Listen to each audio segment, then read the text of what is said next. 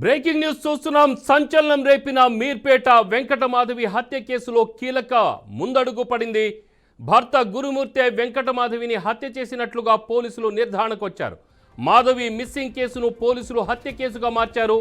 Clues team ఇచ్చిన ఆధారాలతో గురుమూర్తిపై BNS 101 section కింద హత్య కేసు నమోదు చేశారు.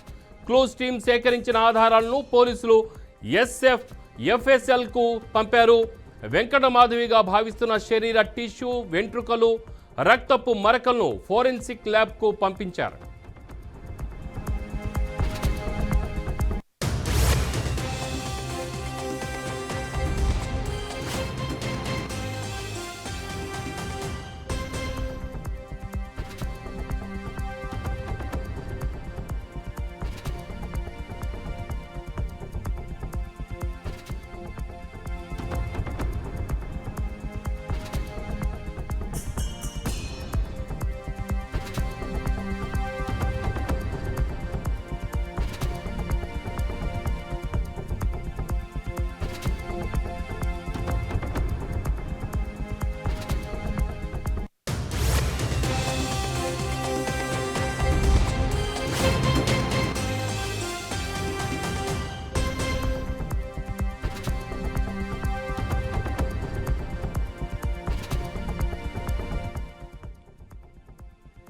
ఇక మాధవి పిల్లలు, తల్లి దగ్గర నుంచి రక్తపు శాంపిల్స్ సేకరించారు.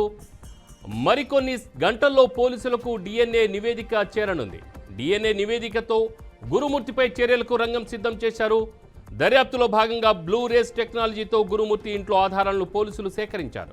ఇదే సమయంలో ఈ నెల 14వ తేదీ రాత్రి నుంచి 16వ తేదీ వరకు గురుమూర్తి సెల్ ఫోన్ సిగ్నల్స్, సీసీ కెమెరాల రికార్డు ఫుటేజ్ను కూడా పోలీసులు స్వాధీనం చేసుకున్నారు.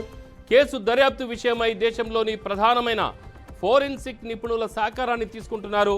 కేసు నుంచి తప్పించుకోవడానికి గురుమూర్తి పకడ్బందీగా ప్లాన్ చేయడంతో పోలీసులకు సవాల్గా మారింది.